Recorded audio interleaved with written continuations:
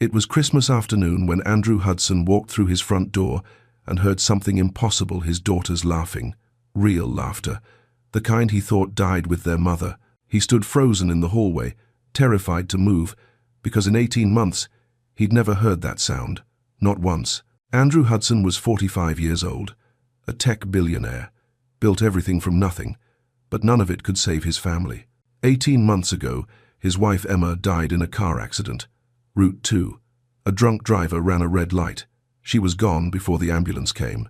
Left behind 3-year-old twin daughters Gabriella and Isabella, babies who couldn't understand where mommy went. Those little girls, shattered, went from sweet toddlers to tiny storms that no one could calm. They bit nannies, screamed until their voices broke, destroyed everything they touched. 8 professionals quit in 6 weeks. Some lasted 3 days. One didn't make it past breakfast. Andrew tried everything: therapists, child psychologists, specialists who promised they'd seen worse. Nothing worked. His house became a battlefield. No joy, no laughter, just 2 broken little girls and a father who didn't know how to reach them. Then 5 days ago, a woman appeared at his door. Jennifer Glover, 28 years old, applying as a housekeeper through an agency. No childcare credentials, no training, just quiet strength and eyes that looked like they'd seen grief up close. Andrew almost didn't hire her, but when you're drowning, you grab any hand reaching down. 1 week, he told her. That's all anyone gets. She nodded. 1 week. The twins attacked her the first day, tested her, pushed her, tried to break her like they'd broken everyone else. But Jennifer didn't run. She stayed. And today, Christmas afternoon, day 5. Andrew left work early. Something pulled him home. He couldn't explain it. When he opened his front door, the house felt different, warmer, quieter. Then he heard it. Voices, soft, coming from the living room. His heart started racing. He moved toward the sound, each step heavier than the last, because he was terrified of what he might find, terrified of hoping again. When he reached that living room doorway and looked inside, what he saw brought him to his knees. Before we begin, like this video, subscribe, and tell me where in the world you're watching from. I pray this story reminds you that even in the coldest season, love still finds a way to break through. 5 days earlier, Monday morning, Andrew woke up to the sound of glass breaking. He didn't move, just lay there staring at the ceiling, listening. A crash, then another, then Gabriella's voice, sharp and commanding even at 3 years old. Then Isabella screaming that high-pitched scream that used to make neighbors call the police. 6:45 in the morning. The war had already started. He should get up. He knew that. But his body felt like concrete. This used to be when Emma would slip into their room with coffee. She'd hum something while she poured it, kiss his forehead, make him smile before the day even began. He reached for her side of the bed, cold, empty. 18 months, and he still reached for her. Downstairs, something else shattered, louder this time. Andrew finally got up, got dressed, walked down the stairs like a man heading to his own execution. The kitchen looked like a bomb went off. Cereal scattered across the granite countertops, milk dripping onto the floor. Bowls abandoned wherever they'd been thrown, and sitting on the table, next to the keys someone left behind, was a folded piece of paper. He didn't need to read it. He already knew. "Mr. Hudson, I'm so sorry. I tried. I really did. But I can't do this anymore. Your daughters need more help than I can give them. Please don't contact me." Her name was Sarah, or maybe Susan. Andrew couldn't remember anymore. They all blurred together after a while. 8. That made 8. He opened the drawer beside the sink, the one that used to hold Emma's recipes, and placed the letter inside with the others. A drawer full of people who'd looked at his daughters and walked away. He couldn't even feel angry anymore, just tired. The kind of tired that sleep doesn't fix. The twins were in the living room. Gabriella sat on the couch, arms crossed, watching him with eyes too old for her face. Emma's eyes. Isabella was pulling books off the shelf one by one, letting them hit the floor. "She left," Gabriella said. "Not a question." Andrew nodded. "Good."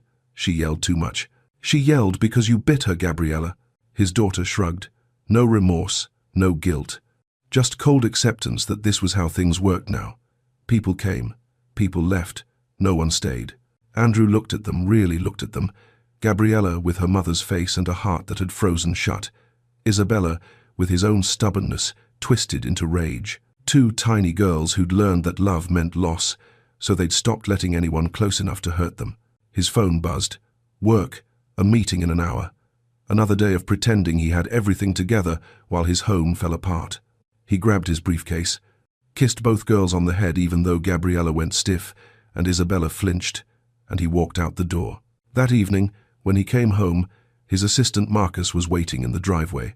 The look on his face made Andrew's stomach drop. "Sir," the agency called. Andrew's jaw tightened. "Let me guess. No one else will take the job." "Actually, they have someone, but she's different." Different. Code word for desperate. She's been working as a housekeeper for years. No formal childcare training. Then why are they sending her? Marcus hesitated, looked down at the folder in his hands. "She heard about your situation and specifically requested this position. Said she understands what your daughters are going through." Andrew almost laughed. Everyone thought they understood, until they met Gabriella and Isabella. "What's her name?" "Jennifer Glover." Marcus handed him the folder. Andrew opened it. Standard application, work history, cleaning houses, references from families she'd worked for. Nothing special. Nothing that explained why someone with zero childcare experience would volunteer for this. Then he saw the photo clipped to the front page, and something about her face stopped him cold. Her eyes. There was something in her eyes, something that looked like, "Sir," Marcus's voice pulled him back. "Should I schedule the interview?" Andrew stared at the photo a moment longer. Those eyes. He'd seen that look before, in his own mirror, every single morning, for 18 months. Grief, raw and fresh, like she'd lost someone recently too. "Yes," Andrew heard himself say. "Tomorrow morning, 9 o'clock. Marcus nodded and left. Andrew stood there in his driveway, holding that folder, staring at Jennifer Glover's face. Something wasn't adding up. Housekeepers didn't look like that, didn't have eyes that carried that much pain, didn't specifically request positions with traumatized children. Who was she? And why did looking at her photo make his chest tighten with something he couldn't name? Tuesday morning, 9 o'clock exactly. The doorbell rang and Andrew's stomach twisted. He'd barely slept. Kept thinking about that photo, those eyes, the way they looked, like they'd seen the same darkness he had. He opened the door. Jennifer Glover stood on his doorstep in a simple white blouse and dark pants, both pressed carefully but worn soft from years of use. She carried one small bag, just one, and a Bible that looked like it had been read so many times the cover was coming loose. But it was her face that stopped him. She wasn't smiling that fake, bright smile most people wore when they met him, wasn't trying to look confident or put together. She just looked steady, like she'd already made peace with whatever was about to happen. "Mr. Hudson," she said quietly. "Come in." But she didn't move yet. Just stood there looking up at his house. Her eyes moved across the windows, the door, the stone steps, taking it all in, really seeing it. Then she closed her eyes. Andrew watched, confused, as her lips started moving. No sound, just silent words. Her hand came up and rested over her heart. She was praying, right there, on his doorstep. In the cold December air, he didn't know what to do, didn't know where to look.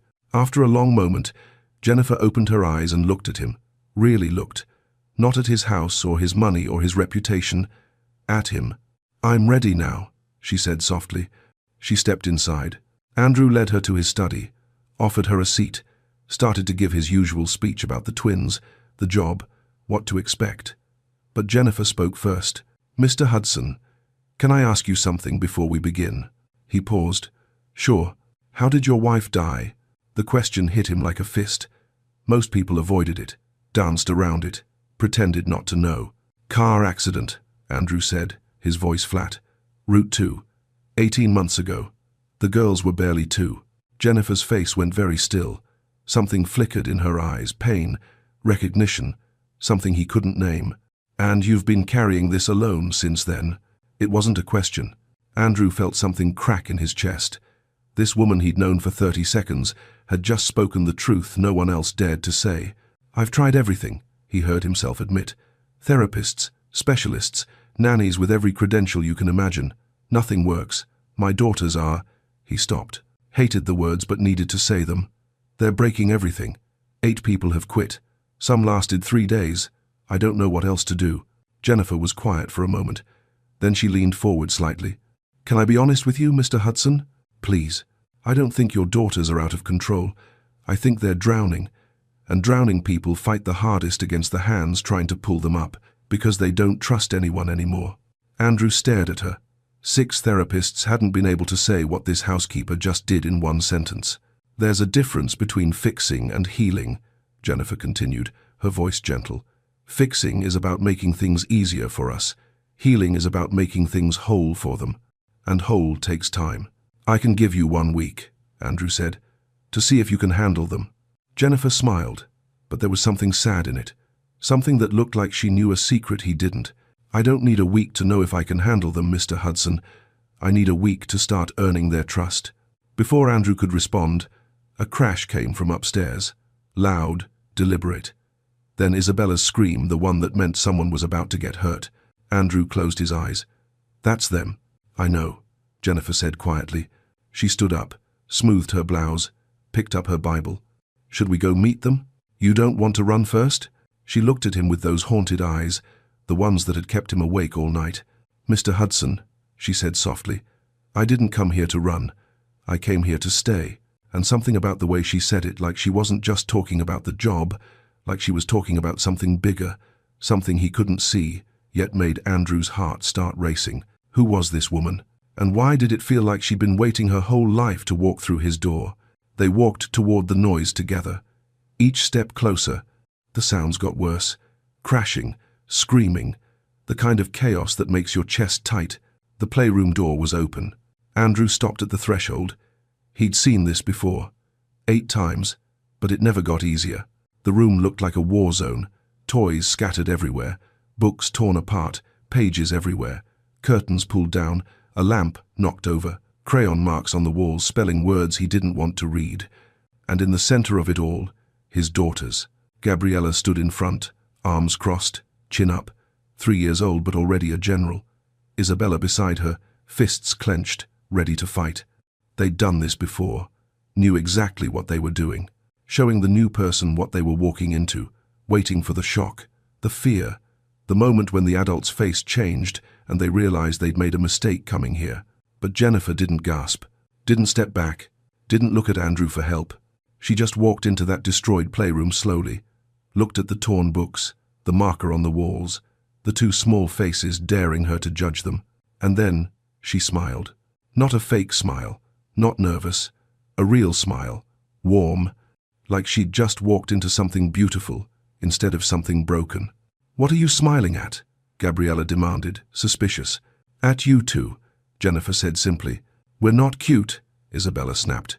We're horrible. Everyone says so. Jennifer tilted her head slightly. Then everyone must not be looking very closely. The twins exchanged glances. What kind of trick was this? Then Jennifer did something that stopped them both. She knelt down, got down on her knees on that messy floor so she was at their level. Eye to eye. She looked at Gabriella first. Really looked. Like she could see past the crossed arms to the scared girl underneath. Then at Isabella, past the anger. You are not too much, Jennifer said quietly. You are not too broken, and you are not unlovable. The words hung in the air. Gabriella's arms dropped slightly. You don't know us. Not yet, Jennifer agreed. But I'd like to. Isabella opened her mouth. Andrew recognized it, the pre-scream breath, the one that meant 6 hours of screaming was about to start. But before the sound could come out, Jennifer started humming. Low, gentle, an old melody, the kind that sounds like safety, like home. She stood up slowly, still humming, and began picking up toys, one at a time. No rush, no urgency, just steady movement, and that soft, unafraid sound. Isabella's mouth stayed open, but no scream came. The twins stared. Nobody had ever hummed before. Nobody had ever just started cleaning without yelling first. I think this room is messy, Jennifer said softly between hums, because your hearts are messy. And that's okay. Messy hearts just need time and patience to get clean again. She picked up a stuffed elephant, set it gently on the shelf. Isabella's favorite elephant. The one Emma used to read stories to. You knew our mama? Isabella asked suddenly, her voice small, different. Jennifer's hands stopped, a beat too long before she answered. I knew a lot about her, Jennifer said carefully. She sounded like an amazing person. Andrew's chest tightened, something in the way she said it. Not, I heard she was, but she sounded like Jennifer had actually heard Emma talk, like they'd spoken. But that was impossible. Before he could process it, Gabriella walked over to Jennifer, reached out with one small hand and touched the hem of her cardigan, testing, seeing if she was real. Jennifer looked down and smiled. Hi, sweetheart. Gabriella didn't answer, just held on, like Jennifer was an anchor in a storm, and Andrew stood there in the doorway watching his daughter, who hadn't let anyone touch her in 18 months, holding onto a stranger's sweater like her life depended on it. Who was Jennifer Glover? And how did she know anything about Emma? That afternoon, Andrew watched from the kitchen doorway. Jennifer sat on the floor with the twins, not forcing anything, just present.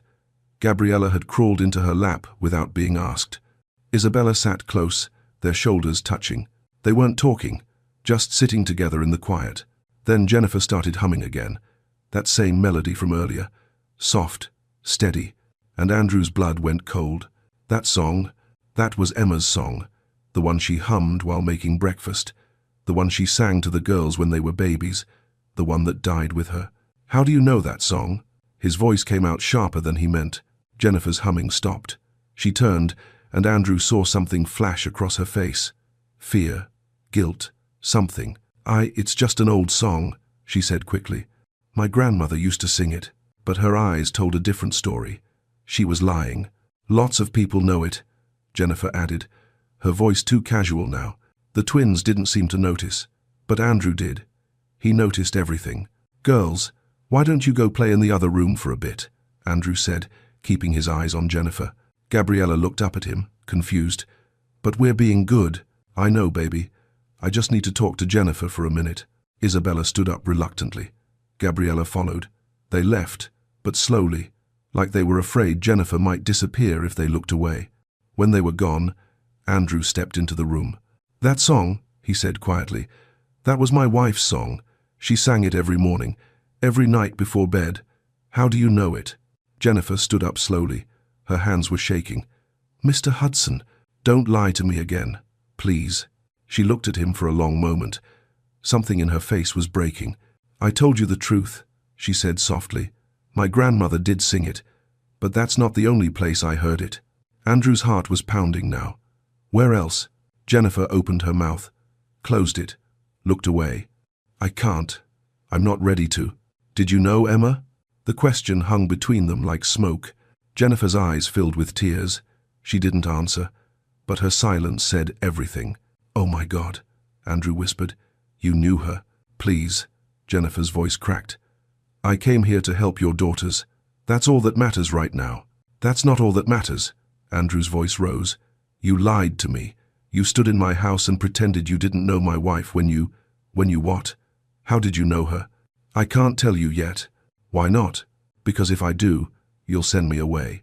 And your daughters need me. The words hit Andrew like a punch. She was right. The twins had let her in. In 6 hours, Jennifer had done what 8 professionals couldn't do in 6 weeks. But she'd lied, and he had no idea what else she was hiding. 1 week, Andrew said, his voice cold now. You have 1 week, but when it's over, you're going to tell me everything. Do you understand? Jennifer nodded, tears streaming down her face. Yes, everything, Jennifer. Who you are, how you knew Emma, why you're really here. I will. I promise. Andrew turned to walk away, but her voice stopped him. Mr. Hudson? He looked back. Your wife, Jennifer whispered, her voice breaking. She talked about you all the time, about how much she loved you, about how lucky she felt. Andrew's throat closed. You're talking like you knew her well. Jennifer wiped her eyes. I did. Better than you think. Then why won't you tell me? Because I'm scared, she admitted. I'm scared you'll hate me when you know the truth. And before Andrew could respond, Gabriella appeared in the doorway. Jennifer? Her small voice was worried. Are you leaving? Jennifer knelt down immediately. No, sweetheart. I'm staying. Promise? I promise. I'm not going anywhere. Gabriella ran to her, wrapped her arms around Jennifer's neck. And Andrew watched this woman, this stranger, who somehow wasn't a stranger, hold his daughter like she'd been doing it her whole life, like she already knew exactly how tight Gabriella needed to be held to feel safe, like she'd learned it from someone who'd held these girls before. Who was Jennifer Glover? And what was she so afraid to tell him? Day 2. Andrew couldn't sleep again, kept replaying Jennifer's words. She talked about you all the time. Past tense. Like Jennifer had sat with Emma, had conversations with her, knew her. He got up at 5 in the morning. The house was dark and quiet. Then he heard movement downstairs. He walked down slowly, carefully, found Jennifer in the kitchen making breakfast. She had her back to him, humming that song again while she cut fruit. And Andrew watched, really watched. The way she opened the cabinet on the left where Emma kept the girls' plates. The way she cut strawberries into small pieces because Isabella choked once and Emma never forgot. The way she arranged the fruit in a circle on the plate because Gabriella only ate food that looked pretty. Small things, tiny details, things a housekeeper wouldn't know, things a stranger couldn't guess. You know how they like their breakfast, Andrew said from the doorway. Jennifer jumped, nearly dropped the knife, turned around, hand on her chest. Mr. Hudson, I didn't hear you. You cut the strawberries small. For Isabella. Because she chokes. Jennifer's face went pale. I just thought, and you put Gabriella's fruit in a circle. Because she won't eat it otherwise. Jennifer set down the knife. Her hands were shaking. How long did you know my wife, Jennifer? She didn't answer. Just stood there with tears building in her eyes. Because you don't just know things about her. You know things about my daughters. Things I never told you. Things no one would know unless...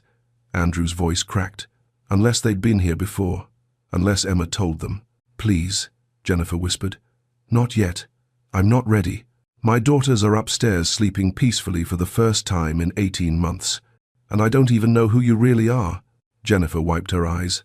I'm someone who wants to help them. That's not enough anymore. It has to be. For now. Andrew stepped closer. Were you Emma's friend? Jennifer's breath hitched. She looked at him with so much pain in her eyes it was hard to see. Yes, she finally whispered. I was her friend. How close? Very close. Then why lie? Why not tell me from the beginning? Jennifer's tears fell freely now. Because I was afraid you wouldn't let me stay if you knew. Knew what? She shook her head. I can't. Not yet. Please, Jennifer, I need more time, she said desperately. Your daughters are just starting to trust me. If I tell you everything now and you send me away, it will destroy them. They'll think I abandoned them too. Andrew knew she was right. Hated that she was right. 3 more days, he said. Then you tell me everything. And I mean everything. Jennifer nodded, unable to speak. Andrew turned to leave, but paused at the doorway. Emma's best friend was named Jennifer. She talked about her sometimes, said she was like a sister to her. He didn't look back, but he heard Jennifer's sharp intake of breath, heard the sound of her sliding down to the floor, heard her crying like someone who'd been holding it in for far too long. And Andrew knew. He knew who she was. What he didn't know yet was why she'd stayed away for 18 months, and why she'd finally come back now. Day 3. Wednesday afternoon. Andrew left for a board meeting at 1 o'clock. He shouldn't have gone. Something felt off, but he went anyway. At 2:15, his phone buzzed. Security alert. Someone had entered Emma's study. His heart stopped. That room had been locked for 18 months. He was the only one with a key. No one was supposed to go in there. Ever. He left the meeting without explanation. Drove home faster than he should have. Burst through the front door. The house was too quiet. He took the stairs 2 at a time. Emma's study door stood wide open, and from inside he heard crying, not the twins' usual screaming, something deeper, broken. Andrew reached the doorway and stopped breathing. The room was destroyed. Curtains ripped down, picture frames knocked over, glass shattered across the floor. Emma's jewelry box dumped out, pearls scattered everywhere. Her books, the leather-bound ones she'd collected since college, torn apart, pages ripped out. And in the middle of it all, Jennifer sat on the floor with both twins in her lap, all 3 of them crying. What happened? Andrew's voice came out harder than he meant. Jennifer looked up. Her face was wet with tears, but her eyes were calm. The twins asked me about their mama. I thought seeing her things might help them remember her. I was wrong. You let them destroy everything. Andrew felt his control cracking. These were the only... They didn't mean to destroy, Jennifer interrupted gently. They were looking for her. Gabriella thought if she searched hard enough through the drawers, maybe her mama would be hiding. Isabella knocked over the frames because she was angry that pictures can't hug back. Gabriella's tear-stained face turned to Andrew. I'm sorry, Daddy. I was looking for Mama. Jennifer said she wasn't here, but I thought maybe she was just really good at hiding. Her voice broke on the last word. Andrew's anger collapsed completely. His 3-year-old daughter thought her mother was playing hide-and-seek. For 18 months, he sank to the floor beside Jennifer, didn't care about his suit or the broken glass. Reached for Gabriella's hand. Baby girl, he said softly. Mama's not hiding. She's gone to heaven. She can't come back, no matter how much we want her to. But why? Isabella demanded, her fists clenched. We've been so good. We stopped crying at night so you could sleep. We tried really hard. Why won't she come back if we're good now? The words destroyed him. Andrew looked at Jennifer, helpless. Jennifer pulled both girls closer. Your mama didn't leave because you were bad. She didn't leave because she wanted to. Sometimes terrible accidents happen, and people we love die, and it's not fair, and it's not our fault. It just is.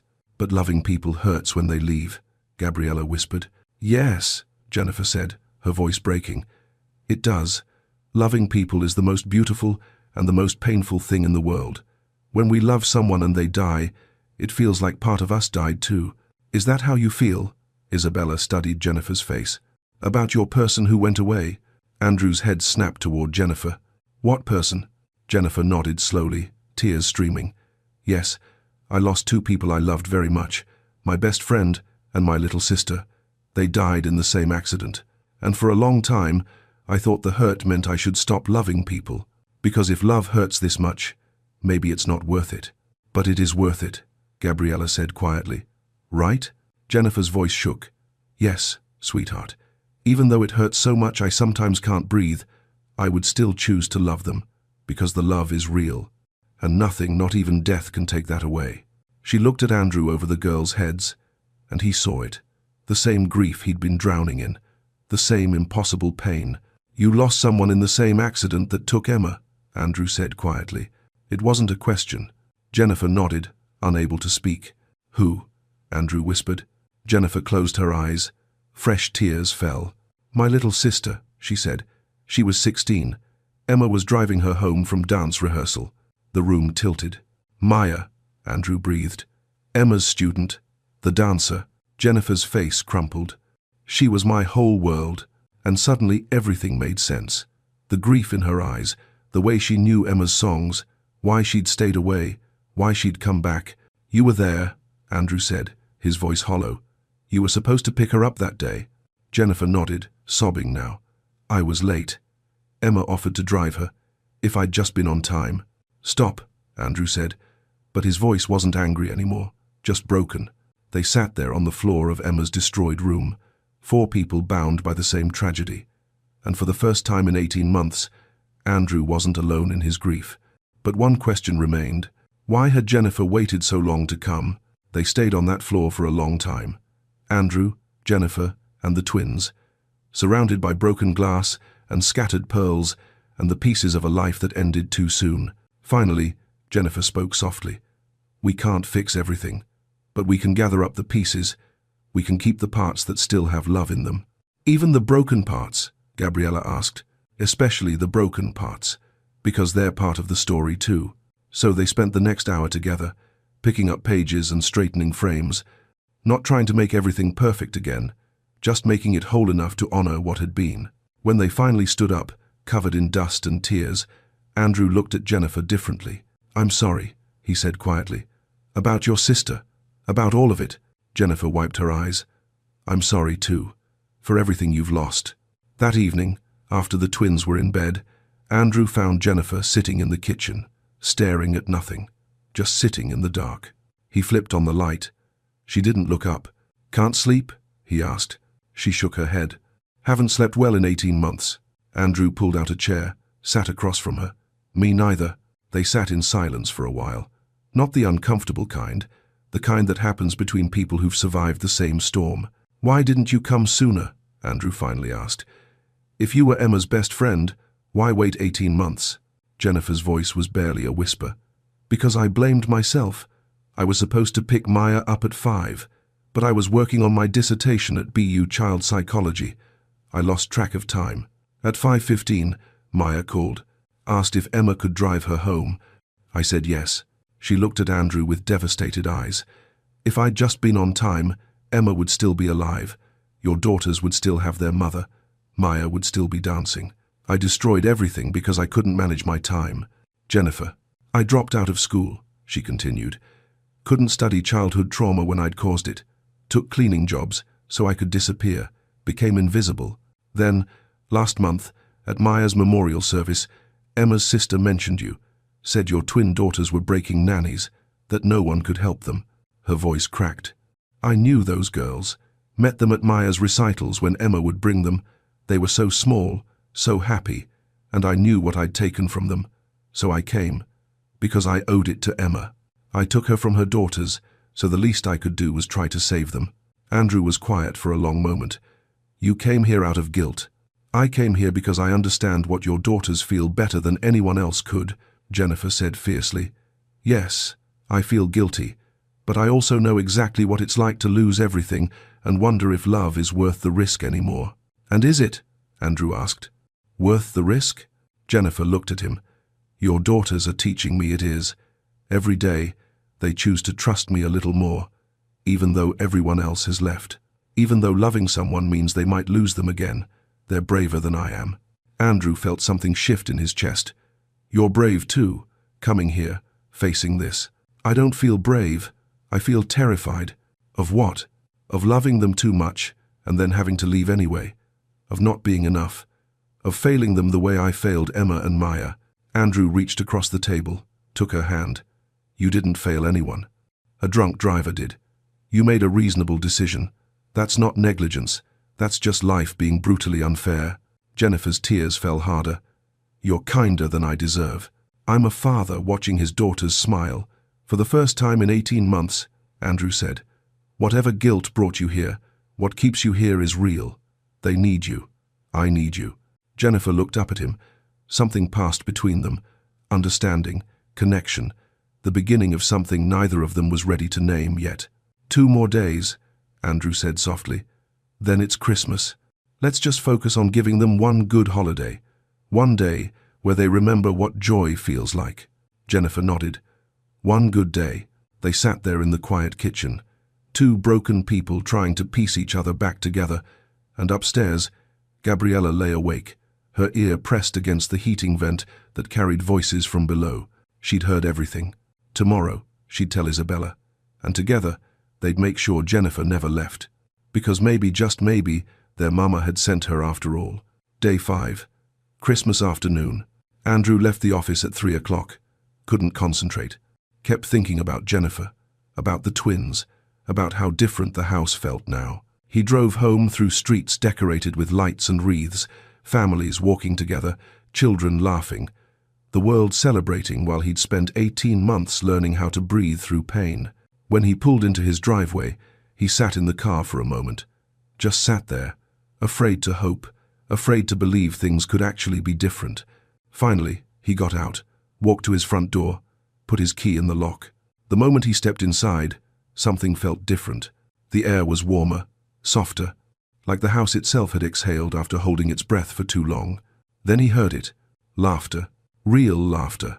Not the manic kind that came before destruction. Not fake or forced.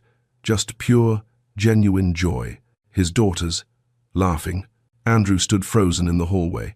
His briefcase slipped from his hand, hit the floor. He didn't pick it up, couldn't move, because he hadn't heard that sound, hadn't heard his daughters laugh like children who felt safe in 18 months. The sound was coming from the living room. He moved toward it slowly. Each step felt heavy, like walking through water. His heart was pounding so hard he could hear it in his ears. When he reached the doorway, he stopped, and what he saw broke him completely. Gabriella and Isabella were sitting on the floor with Jennifer, all 3 of them surrounded by Emma's old Christmas decorations, the ones Andrew had packed away because looking at them hurt too much. Jennifer was holding up ornaments one by one, telling stories. And the twins were listening, actually listening. Their faces soft, open, present. "This one," Jennifer said gently, holding a small glass angel. "Your mama got this the year you were born. She told me she hung it on the tree and prayed you'd always have angels watching over you." "Really?" Gabriella's voice was full of wonder, not pain. "Really," Jennifer promised. Isabella reached for a wooden star. "What about this one?" "That one your mama made herself. See the little paint marks?" She said it wasn't perfect, but that's what made it special. Perfect things don't need love. Imperfect things do. Andrew's throat closed. Those were Emma's exact words, her philosophy about everything. Gabriella looked up and saw him standing there. "Daddy, you're home." She jumped up and ran to him. Actually ran, not away, toward. Andrew dropped to his knees and caught her, pulled her close, and then Isabella was there too, wrapping her small arms around his neck. "We're decorating," Isabella said excitedly. "Jennifer's telling us stories about Mama, good stories, the kind that make us happy instead of sad. She said, we can remember Mama without it hurting so much," Gabriella added. "We just have to remember the love instead of the leaving." Andrew looked over their heads at Jennifer. She was still sitting on the floor, holding that glass angel, tears streaming down her face. "How?" he asked her, his voice breaking. "How did you do this?" Jennifer wiped her eyes. "I just showed up. That's all scared children need, Mr. Hudson. Someone who keeps showing up. But 8 other people were trying to control them," Jennifer said softly. "I just tried to understand them." Andrew couldn't hold it together anymore. The tears came, hard and fast. 18 months of grief and exhaustion, and feeling like he was failing his daughters, all of it poured out. He pulled the twins closer, buried his face in their hair, and wept. "Are you sad, Daddy?" Gabriella asked carefully. "No, baby, I'm happy. So happy." "Sometimes happy crying and sad crying look the same," Isabella observed. "Jennifer taught us that." Of course she did. The twins wiggled out of his hug and went back to the decorations, started hanging ornaments on the small tree in the corner, the one Andrew had put up, but couldn't bring himself to decorate. Jennifer stood up slowly, came over to where Andrew still knelt on the floor. "Your wife would be so proud of them," she whispered. "They're being so brave." Andrew looked up at her. "They're not the only brave ones." Jennifer helped him to his feet. They stood there together, watching the twins decorate the tree. Gabriella showing Isabella where each ornament should go. Isabella actually listening, both of them talking about their mama without rage or denial. Just love. Pure, simple love. "I don't want you to leave," Andrew said quietly. Jennifer's breath caught. "What? Tomorrow is your last day. Your trial week ends. But I don't want you to go. Mr. Hudson. Andrew. Please. Just Andrew." "Andrew," she said carefully, "I don't want to overstep." "You're not overstepping. You're saving us." He turned to face her fully. "My daughters need you. I need you. Please stay." Jennifer's eyes filled with fresh tears. "Are you sure? Even knowing what you know? Even knowing I was there when Emma?" "Especially knowing that," Andrew interrupted, "because you understand them in a way no one else can. You've walked through the same fire. You know what it's like to lose everything." "I'm scared," Jennifer admitted. "Of what?" "Of loving them too much, and then something going wrong. Of not being enough." "Of—" "You are enough," Andrew said firmly. "You've always been enough. From the moment you walked through that door." Isabella's voice interrupted them. "Jennifer, come help us put the star on top." Jennifer looked at Andrew. He nodded. She walked over to the twins, lifted Isabella up so she could reach the highest branch. Gabriella stood on her tiptoes, helping guide the star into place. And when it was done, all 3 of them stepped back to look at their work. The tree wasn't perfect. Ornaments were clustered in some places, sparse in others. The star sat slightly crooked, but it was the most beautiful thing Andrew had seen in 18 months, because it was made with love. And love doesn't need to be perfect. It just needs to be real. Day 7, Christmas Eve. Andrew woke up early. The house was quiet, peaceful, a kind of quiet he'd forgotten existed. He got dressed and went downstairs, found Jennifer already in the kitchen, making coffee. She turned when she heard him. "Morning," she said softly. "Morning." He poured himself a cup. "Can't believe it's been a week already." Jennifer's smile was sad. Time moves different when you're healing. They stood there in comfortable silence. Then Andrew heard footsteps upstairs, small feet running, whispered voices. He looked at Jennifer, confused. "They're up early. They've been planning something," Jennifer said. "Won't tell me what." The twins appeared in the doorway, both fully dressed, both carrying their little princess suitcases. Andrew's heart stopped. "Girls, what are you doing?" Isabella set her suitcase down. "We packed. I can see that. Where are you going?" "Wherever Jennifer goes," Gabriella said simply. Her voice was calm, decided. Andrew knelt down. "What do you mean?" "Today is day 7, Isabella explained. "You said 1 week. If you make Jennifer leave, we're going with her." "We already decided," Gabriella added. "Jennifer stays, or we go." Andrew looked at these 2 3-year-old girls, babies who'd spent 18 months pushing everyone away, and now they were choosing someone, fighting for someone, ready to leave everything rather than lose her. It should have hurt, should have felt like rejection, but instead, Andrew felt something else, hope, because his daughters were healing, learning to love again, learning to trust, and that was the only thing that mattered. "Why, Jennifer?" Andrew asked gently. "Tell me what makes her different." Gabriella thought carefully. "She doesn't try to make us stop being sad. She's sad too, so she understands." "The other nannies told us to stop crying and be good," Isabella said. "Jennifer just sits with us until the crying stops by itself. And she knew Mama," Gabriella continued. "She tells us real stories that make Mama feel close instead of gone. She makes the house feel like home again," Isabella whispered. Andrew's eyes burned. He looked at Jennifer. She was crying silently, hand over her mouth. "You're right," Andrew said. "She does make it feel like home." He stood up, faced Jennifer directly. "You're fired," he said. Jennifer's face fell. The twins gasped. Gabriella grabbed Isabella's hand. "You're fired as the maid," Andrew continued, "because I'm offering you a different job. Full-time caregiver for Gabriella and Isabella. Real salary, health insurance, your own room in this house, and a real place in this family if you want it." The kitchen went silent. Then Jennifer started crying and laughing at the same time. "You scared me." "Say yes," Isabella demanded. "Jennifer, say yes." "Please say yes," Gabriella whispered. Jennifer dropped to her knees, opened her arms. Both girls ran to her, wrapped themselves around her like they'd never let go. "Yes," Jennifer said into their hair. "Yes, I'm staying. I'm not going anywhere." "Forever?" Gabriella asked. "Forever," Jennifer promised. Andrew watched them, his daughters and the woman who'd saved them, and he felt something he thought died with Emma. Peace, real peace. The kind that doesn't mean the pain is gone, just that they'd learned to carry it together. That afternoon, they went to Emma's grave together, all 4 of them. The twins brought flowers from the garden, purple and yellow, Emma's colors. Gabriella knelt beside the stone. "Hi, Mama. It's us. We're okay now. Jennifer's staying. She's teaching us how to remember you without it hurting so much. We still miss you," Isabella added, "but we're not scared anymore." Jennifer placed her own flowers, white roses. "I'm taking care of them, Em," she whispered, "just like I promised. They'll never forget you. I'll make sure of it." Andrew put his hand on Jennifer's shoulder. She leaned into him slightly, a small gesture, but it meant everything. "Thank you," he said to the headstone. "Thank you for sending her to us." That evening, they sat in the living room together, the crooked tree glowing softly, Christmas music playing quietly. The twins curled up on either side of Jennifer, telling her what they wanted Santa to bring.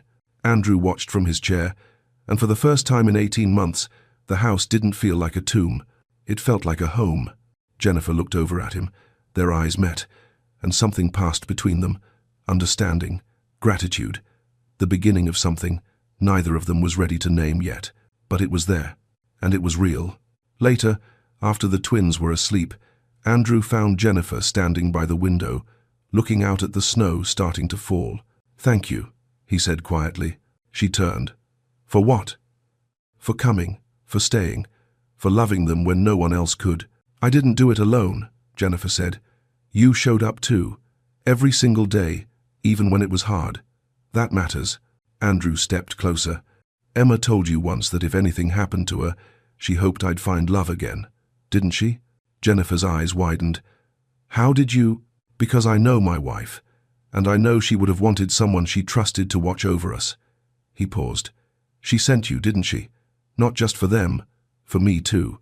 Jennifer's tears fell. She said you had too much heart to spend your life alone. She said love has a way of finding people who need it most when they least expect it. She was right, Andrew whispered. About everything. They stood there by the window, snow falling outside. Two people who'd loved the same woman, who'd lost everything, who'd somehow found each other in the wreckage, and learned that broken things really can be made whole. Not perfect, not the same as before, but whole in a new way. A way that honored what was lost while still choosing to live. Upstairs, Gabriella and Isabella slept peacefully for the first time in 18 months. No nightmares, no screaming, just rest. Because they finally understood something their father and Jennifer were still learning. Love doesn't end when someone dies. It just changes shape. It finds new hands to hold, new hearts to fill, new ways to show up. And sometimes when you've lost all hope, when you think the darkness will never end, love walks through your door, disguised as a stranger, and reminds you that you were never alone. You were just waiting for grace to find you exactly where you were, and teach you how to live again,